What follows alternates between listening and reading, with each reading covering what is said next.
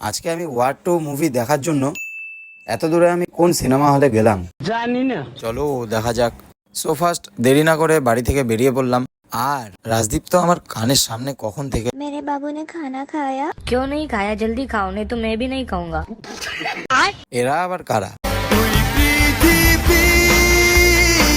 So আমরা ঘোড়ার বেগে তাড়াতাড়ি চলে আসলাম সিনেমা হলের সামনে। এ কি লিফটের মধ্যে কার সঙ্গে দেখা হয়ে গেল?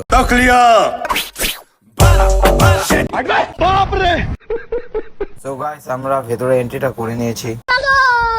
সো আমরা ভেতরে ঢুকে সবাই মিলে মুভি দেখছিলাম। আর এদিকে অমিত उससे प्यार करती है या नहीं करती है। সিনেমা হলের উপরে ছিলই একটা গ্যালাক্সি বার। এটা দেখে ও তো ভাই ছিলই অন্য জগতে।